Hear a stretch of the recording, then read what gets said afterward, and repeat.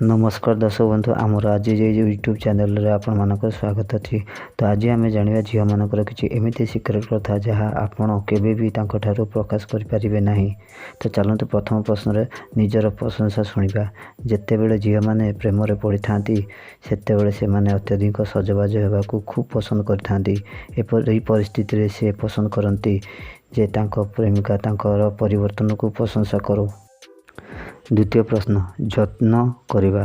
जदिओ विश्वास करा जाए जे झील मैंने टंका थिबा पुओ मानक प्रति अधिक आकर्षित हुअंती किंतु ताहा नुहे। यह सर्वदा देखा जाइछि जे सेमानकर जत्न अभाव अधिकांश संपर्क भांगी थाए। तेणु तुमर साथी को सर्वाधिक जत्न एवं समर्थ करंतु। तो चलतु तृतीय प्रश्न आड़िकी जीवा। यौन इच्छा सबुबले एपरी होइछि जे झील मैंने यही प्रशंसर खोलाखोली भाव में कथा होगा चाहती किंतु आपण शुणा पसंद करती नहीं। तेणु सेमानकर इच्छा जानिबा चेष्टा करंतु। आपण संपर्क मजबूत करने यह बहुत कार्य करिवो। तो चलतु चतुर्थ प्रश्न पढ़ा। रोमांस शेष होगा दिंतु ना।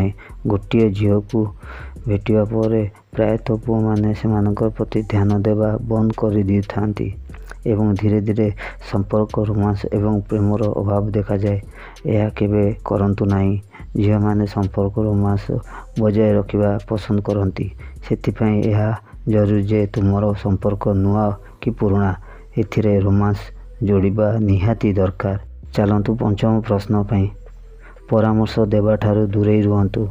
झील मानकर निर्दयता एवं चुलबुला देखिबारु पुओ मानकर सेमानकर समस्या शुणा बिना सेमानक उपरे तांकर परामर्श लगाती। यह करबा ठारू झील माने दूरे रुहती कारण झील माने एहीपरि जिनिस आदौ पसंद करती नहीं। जदिओ से कौन विषय रे विरक्त हुअंती तेबे तांको परामर्श देवा पूर्वरु तांको भल भाव शुणा पर जहाँ कहतु। तो आशा करुँ आपण मानक आम ये भिडियोटी भल लगी। जदि भिडियोटी भल लगी तो लाइक शेयर सब्सक्राइब करके बहुत सारा भल पाया दिंतु एमती नुआ वीडियो देखापी। पुणी देखा नेक्स्ट वीडियो रे।